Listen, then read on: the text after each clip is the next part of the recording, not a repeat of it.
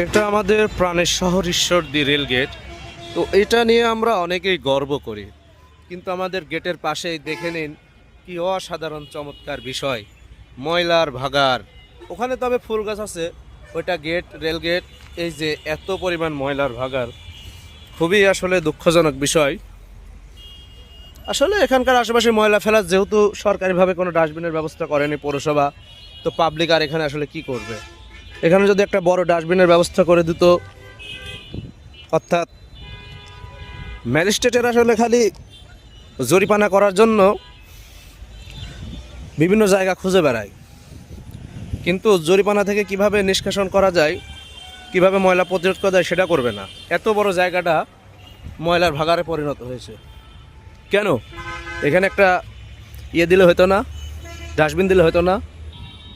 যাই হোক, আর কিছু বললাম না, যেহেতু আমাদেরই অঞ্চল, বদনাম আমাদেরই হবে, কোনো ব্যাপার না, চলুক এইভাবেই চলুক। সবার সাথে আমার কি বাইরে থাকবে? চলবে।